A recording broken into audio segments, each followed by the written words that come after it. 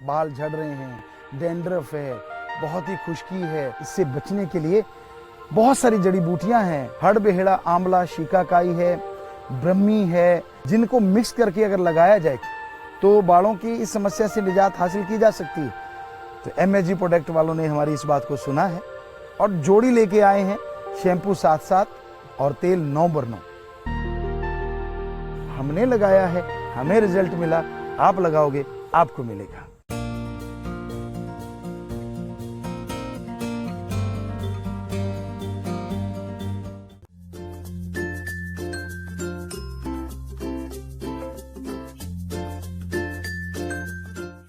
समय और समुद्र की लहर कभी किसी का इंतजार नहीं करती। हर सेकंड, हर मिनट, घंटा, दिन, महीना, साल गुजरता जाता है और ज्यों-ज्यों समय गुजरता है त्यों-त्यों इंसान का यहां रहने का समय खत्म होता चला जाता है। समय वो घोड़ा है जिसका लगाम पकड़ के रोका जा सकता है या गर्दन के बाल पकड़ के। पूंछ इस घोड़े की कोई नहीं पकड़ सकता। यानी समय से पहले जो समय के साथ चलने को तैयार रहते हैं वो सब कुछ हासिल कर लेते हैं, और जो आलस्य में पड़े रहते हैं वो अपना सब कुछ गवा लेते हैं। समय की कदर करो। दूसरा समय, संतों ने मनुष्य शरीर को कहा है। खा लिया, पी लिया, काम धंधा कर लिया, अपने कर्तव्य का निर्वाह करो। अपनी मां, बेटा, भाई, पत्नी, पति सबके लिए जो कर्तव्य है उसका निर्वाह करो, और साथ में ईश्वर अल्लाह वाहिगुरु राम के नाम का जाप करो। ईश्वर का नाम आपको कर्तव्य निर्वाह में आपका साथ देगा। ईश्वर के नाम से सही ढंग से आप कर्तव्य निर्वाह कर पाएंगे, और मालिक के नाम से आने वाले पहाड़ जैसे कर्म आपके कटते जाएंगे। हर इंसान को दोनों का तालमेल बना के रखना होगा। कर्म जोगी बनो और ज्ञान जोगी बनो। ज्ञान के बिना कोई कर्म नहीं होता, और कर्म के बिना ज्ञान किसी काम का नहीं।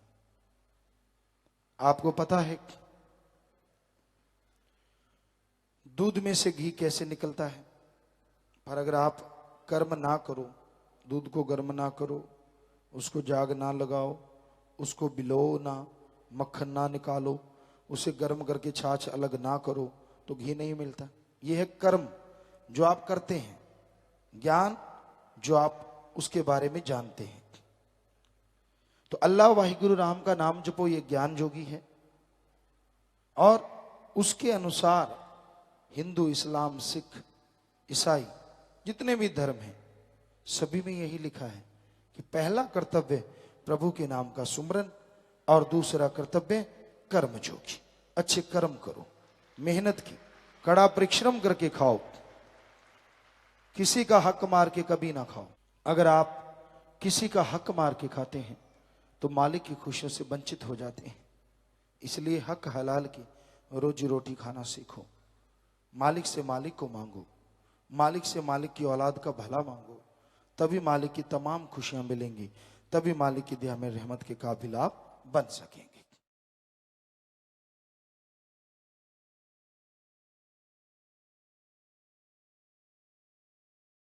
इस संसार में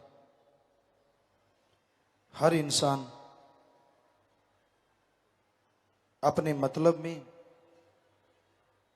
अपने गर्ज में, स्वार्थ में इतना अंधा है इंसानियत, मानवता उससे कोसों दूर हो गई है। और जिसके अंदर इंसानियत नहीं होती वो इंसान के भेष में शैतान या हैवान बन जाया करते हैं। इंसानियत का मतलब है अपने कर्तव्य का निर्वाह करो, साथ साथ किसी को दुख दर्द में तड़पता देख के, किसी को रोता देख के उसका दुख दूर करने की कोशिश करो। किसी रोते को देख के आप ठहाके लगाते हो, आप हंसते हो, तो आप इंसान नहीं बल्कि शैतान बन जाते हो। सबका भला करना इनडायरेक्ट खुद का भला करना है। जिसका आप भला करते हैं वो ओम हरि अल्लाह वाहिगुरु की औलाद है। अगर आप उसका भला करेंगे यानी उसकी औलाद का भला करेंगे तो वो आपका, आपकी आने वाली नस्लों का भला कर देंगे। कोई प्यासे को पानी पिला देता है, 100 आशीष देते हैं लोग। भूखे को खाना खिलाना, बीमार का इलाज करवाना, यह सब इंसानियत के कारनामे हैं। कमाई करो, पैसा कमाओ, कोई रोकता नहीं। कमाई का एक हिस्सा अपने हाथों से आर्थिक तौर पे कमजोरों का इलाज करवाने में, भूखों को खाना खिलाने में, अज्ञानी को पढ़ाई लिखाई करवाने में जरूर खर्च करो। मान लीजिए आप 10,000 कमाते हैं, उसमें से 500, 100 रुपया अपने घर में अलग से रख लो, अपने पास रखते जाओ। और जब भी आपको लगे आपके आसपास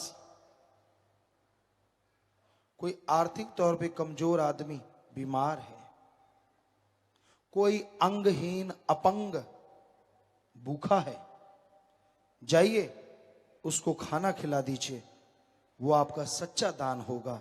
आपको ही नहीं, आपके बच्चों को भी वो जरूर लगेगा। पर अगर आप अंधाधुंध कमाने में लगे हैं,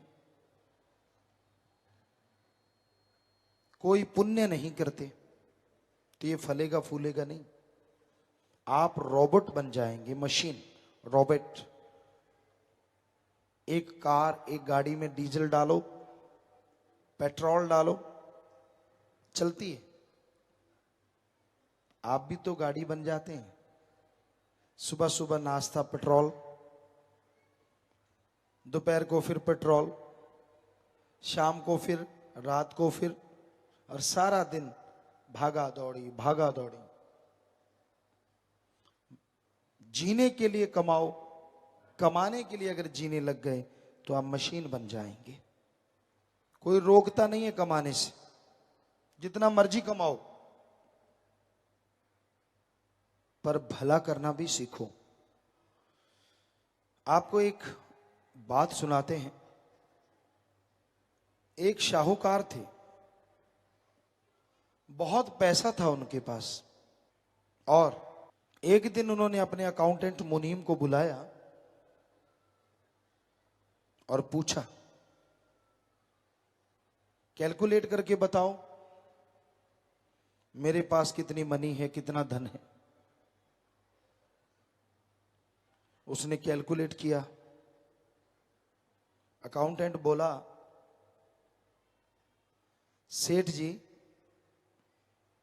आपके फ्यूचर में आने वाली 10 पीढ़ियां, 10 नस्लें अगर बैठ के खाएं ना, तो भी आपका रुपया पैसा मनी कम नहीं होगा। वो सेठ शाहूकार रोने लगा। अकाउंटेंट उसका मुंह देखने लगा, इतनी मनी, इतना पैसा, फिर भी रोता है। कहने लगा, आप सेठ जी रो क्यों रहे हो? कहने लगा, मेरी 10 पुश्तें खाएंगी, पर 11वीं को कौन खिलाएगा, इसलिए रो रहा हूं। मुनीम समझदार था। उसने सोचा सेठ जी को ज्ञान करवाना चाहिए, मैं इसका खाना खाता हूं। कहने लगा, जी पैसा बढ़ सकता है ताकि आपकी आने वाली 11वीं पीढ़ी भी खा सके। सेठ कहने लगा, कैसे? कहने लगा, आप किसी को पुण्य करो, पैसा खर्च करो। कितना?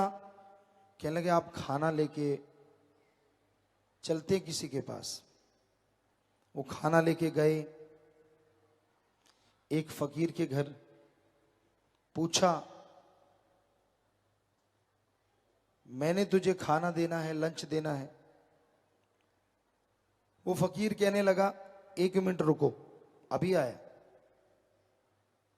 घर के अंदर गया, वापिस आ गया। कहने लगा, अपना खाना वापस ले जाओ।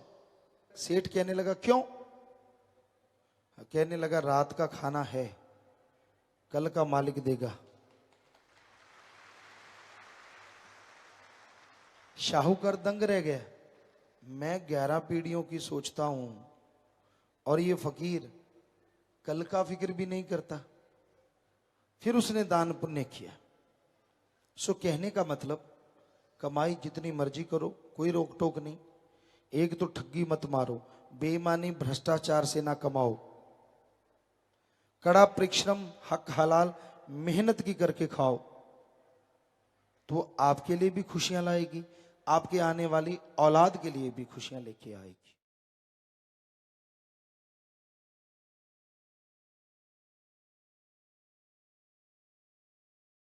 यह संसार ऐसी जगह है,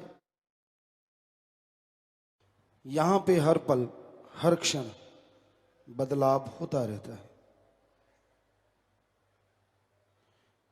सिवाय अल्लाह वाहिगुरु राम के, सिवाय सुप्रीम पावर के, हर चीज में बदलाव है, हर वस्तु में बदलाव निश्चित है।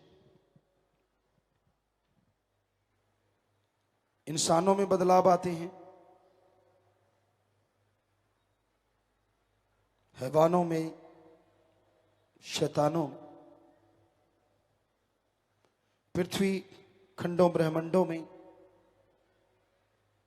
बदलाव नहीं आता, अल्लाह वाहिगुरु राम में।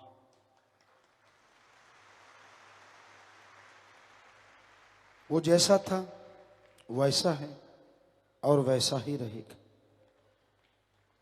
बल्कि जैसे जैसे शैतानियत का ये युग, काल की शक्तियां बढ़ती जाती हैं, वैसे वैसे मुरीदों के लिए उसकी दया में रहमत कई गुना बढ़ती चली जाती है। वचनों पे अमल करना पड़ता है। वचन सुने, माने, अमल कर ले, तो यकीनन उसके अंदर बाहर की सफाई होती है। वो मालिक की दया में रहमत के काबिल आत्मा बनती चली जाती है।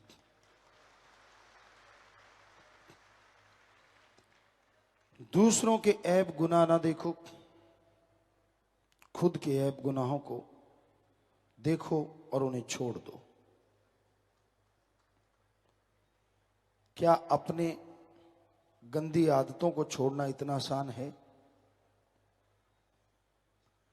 क्या जो खुद के अंदर बुरी आदतें पड़ गई, आदमी जल्दी से उनसे पीछा छुड़वा लेता है?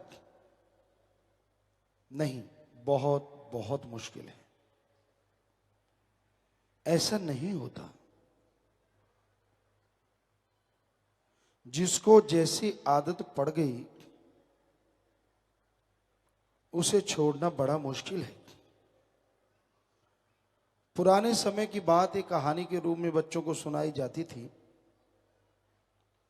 कि एक बुजुर्ग माता थी और उसको आदत थी, वो कहीं भी जाती कुछ ना कुछ चोरी करके जरूर लेके आती।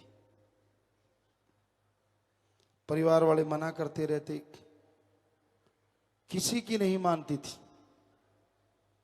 तो एक बार परिवार वालों ने उसे कसमें दिलाई कि इस बार आप अपनी बेटी के यहां जा रहे हैं, कुछ ना लेके आना। कहती ठीक है, नहीं लाऊंगी। वाकई उसने कोई कपड़ा लत्ता पैसा वगैरह कुछ नहीं चुराया। घर आ गए, परिवार वाले कहने लगे माता तूने कुछ नहीं चुराया? कहती ना भाई। लोगों ने निगाह रखी, कहते वाकई नहीं लाई। एक बच्चा कहने लगा नहीं मुझे पता है, दादी माँ कुछ लेके आई है। कहने लगे क्या? तो मटकों के ऊपर जो ढक्कन रखते हैं उसके जो ग्रिपर होते हैं, पंजाबी में जिन्हों कहते डूडनियां, वो तोड़ लाई सारे चप्पड़ों की। तो कहने का मतलब गंदी आदत नहीं जाती। जिसको जैसी आदत पड़ जाए ना, टोंट कसने की आदत पड़ गई, वो जाते जाते टोंट कस जाएंगे। आदत है, रोटी हजम नहीं होती। आप हंस खेल रहे हैं, चलते चलते ऐसी शुरुआत छोड़ जाएंगे कि आप जल बुन जाएंगे। लड़ाने की जिनको आदत है, डब्बू कुत्ते, बुरा ना मानना भाई, हम आपको नहीं कह रहे, अगला ही डब्बू कुत्ता कदते, एक कहावत है। जिनको आदत पड़ गई लोगों को लड़ाने की, उसने देखा दो चार लोग हंस खेल रहे हैं, कहता अच्छा तू हंस रहा है, कल तक तो रो रहा था। इसका मतलब जब रो रहा था तब तो ठीक था, आज वो हंस रहा है, आज वो खुशी मना रहा है, तो आपके पेट में दर्द क्यों होता है? होता है, मजबूरी है, क्योंकि गंदी आदत जो पड़ी हुई है। तो फिर कई तरह की शुर्रियां छोड़ते हैं कि भाई इनको लड़ा दिया जाए, इनको भड़का दिया जाए, इनको किसी तरह से दुखी कर दिया जाए। आप डूबेंदे बामणा जजमान भी डूबे, हम तो डूबेंगे सनम छोड़ेंगे तुझको भी नहीं। वो वाली बात कि हम तो दुखी हैं तो हैं, पर ये पड़ोसी सुखी कैसे हो गया, उनके अंदर गड़बड़ हो जाती है। तो ये हर जगह पे, दुनिया के हर कोने में ऐसे लोग पाए जाते हैं, यानी ऐसी आदतें होती हैं।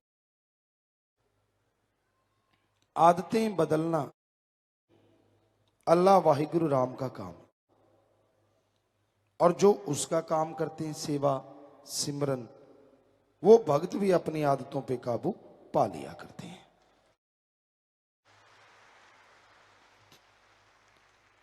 संत पीर फकीरों का तो कहना ही क्या है, वो तो मालिक से हमेशा जुड़े रहते हैं। वो अपना सब कुछ चेंज कर लेते हैं, जैसा समय जैसा युग होता है वैसे वो बन जाते हैं। तो अपनी आदतों को बदलो। जो आपके अंदर बुरी आदतें हैं, गलत आदतें हैं, उनको छोड़ते जाओ। दुनिया में कहीं भी गुण मिले, अच्छी आदत मिले, उसको पकड़ते जाओ। तो जैसे जैसे बुरी आदतें आपके अंदर से निकलती जाएंगी, आप सुखी होते जाएंगे और मालिक की दया में रहमत को जरूर हासिल कर पाएंगे। वो तमाम खुशियां, वो तमाम लज्जतें मिलेंगी जिसके लिए देवी देवता तक तरसते हैं। और हैरानी एक और बात की भी है, अवगुण सबके अंदर है, और गुण भी सबके अंदर है। किसी के अंदर गुण ज्यादा अवगुण कम, और ज्यादातर लोगों के अंदर अवगुण ज्यादा और गुण कम। पर आप किसी से पूछ के देख लो, कोई नहीं कहता मेरे अंदर अवगुण है। हर कोई सुनाएगा मैं तो गुणों का भंडार हूं। बात करके देखो, यूं लगता है ये तो कागजों के जहाज उड़ा रहा है, यानी बिन सिर पैर की छोड़ते रहते। और कई तो इतने उस्ताद हैं, ऐसी छोड़ते हैं कहीं अटकती नहीं, गोल करके। एक कहावत है कि गप मारा और मारा भी गोल करके। और कई मुंह तोड़ जवाब भी दे देते हैं। जैसे एक गप्पी ने गप मारा, क्यों गप्पी गप्पी मिल जाए तो फिर एक दूसरे को ठंडा भी कर देते हैं। कहता हमारे बुजुर्गों के पास ऐसा बैल होता था, ऐसा बैल होता था, उसके सींग बहुत बड़े थे। कितने बड़े? कहता बाहर मकान के बाहर ही खड़ा करना होता था, कई कई किलोमीटर तक सींग होते थे। घुमाता था तो बादलों के टच होते थे लगभग। दूसरा कहता कोई बात ही नहीं है। कहने लगा क्यों? कहता हमारे बुजुर्गों के पास ऐसा नेजा बरछा भाला होता था, वो जब चाहते थे बादलों में छेद कर देते थे, बरसात हो जाती थी। पहले वाला गुस्से में आ गया, कहता झूठ बोलता है, इतना बड़ा भाला होता था तो वो रखता कहां था? कहता आपके बैल की खुलनी में। यहां आपका बैल खाता पीता था, जो इतने लंबे लंबे सींग थे, तो वहां जो खड़ा होता था वो वहीं पे वो भाला रख देता था। बेचारा ठंडा हो गया। तो मतलब गप्पी को गप्पी मिले, वो कहते लंडे नु खुंडा 100 को तो मिलता है बड़पा की। चुगली निंदा करने वाले यार दोस्त पल में बन जाते हैं। वो सुनाता है यार फलाना आदमी ऐसे है, बहुत बुरा, बेकार बिल्कुल। दूसरा कहता हाँ मेरे वाला भी ऐसा। दूसरा कहता अच्छा वो भी, हाँ बस बन गए दोस्त। एक हिंदी में भी कहावत है, चोर चोर मुसेरे भाई, शायद ऐसा करके कुछ। तो कहने का मतलब कि इंसान बैठ के बुराइयां तो गाएगा, लेकिन मालिक से प्यार करने वाले जब सिर जोड़ के बैठते हैं, बातें करते हैं परमपिता परमात्मा की, तो वहां मालिक खुद आके सुनने शुरू कर देते हैं। और जब मालिक सुनेंगे तो उनको दया में रहमत करने से रोकेगा कौन, जब वो खुद ही सुनने लग जाएंगे। और यहां चुगली निंदा ईर्ष्या दुई द्वेष में जल रहे लोग चुगली निंदा करते हैं, वहां काल महाकाल आके खड़ा हो जाता है। अब वो सुनेगा तो उसको कौन रोकेगा बुराई करवाने से? वो और प्रेशर देता है, शाबाश लगे रहो। वो लगे रहते हैं बिना वजह। कुछ नहीं मिलता ऐसे लोगों को, दूसरों की चुगली गाते रहते जोर लगा लगा के। वो तो बुरा है, वो तो गंदा है, वो तो बेकार है। तू क्या है भाई? तू क्या दूध का धुला है? तो आदमी को अपनी बुराइयां छोड़नी चाहिए, अच्छाई नेकी से अपना राबता कायम करना चाहिए। तभी खुशियां मिलती हैं, तभी परमानंद मिलता है, तभी मालिक का नूरी सुगरू प्रकट होता है। और वो नूरी सुगरू जब प्रकट होता है तभी परमानंद मिलता है, तभी जन्मों जन्मों के पाप कर्म करते हैं और आने वाले पहाड़ जैसे कर्म कंकर में बदल जाते हैं।